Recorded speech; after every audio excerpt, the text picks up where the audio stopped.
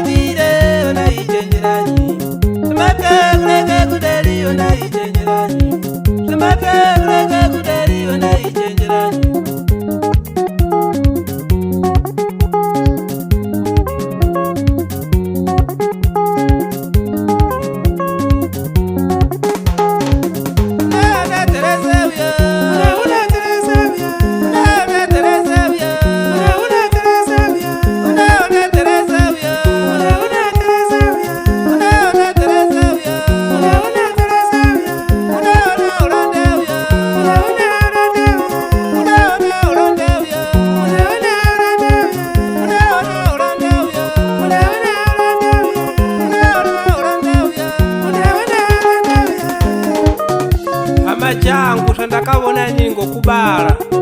hama changu ndakashumba kutengesa imbwa ini kuti ndiwane mari kuvenga mukwambo mwana aenda kumusha mazuva marongomuna kakubveyo zvehama changu zvingaita vere kubara kazvino kunourayisa zvino akuchina vana kobahwama kuvana azvadi munhu wizvo munobhuya ezvezvo hakuna munhu ungatenga imbwa savega ngoti imbwa hairimi haitwi haendi kumaminda mhluwi kunesa kwacho tsvanga mareche mupa mareche ake mhluwi tizorore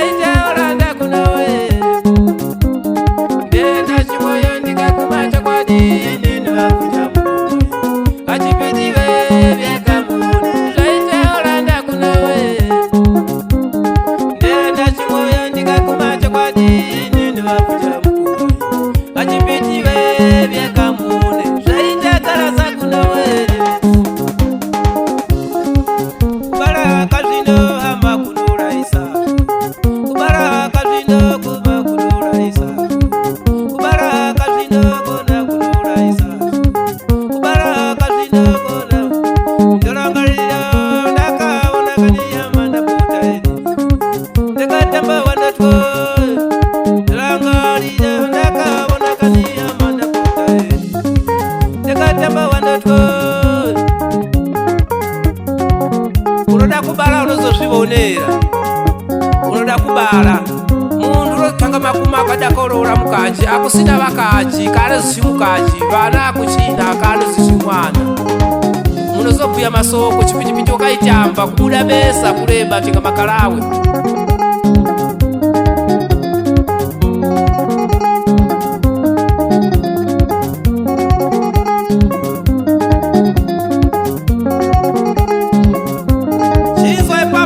pakasimuka mukomana chipitipiti akabatekitira kutanga namba 1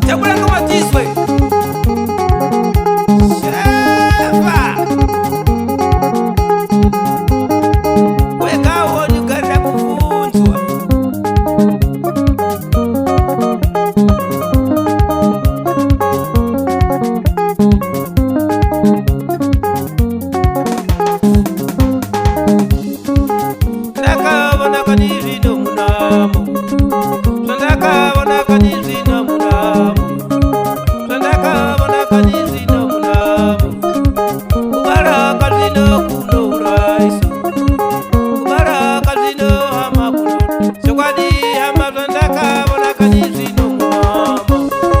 ndakatamba wandotwo chokwadi hamazwa ndakavona kani zvino munomo ndakatamba wandotwo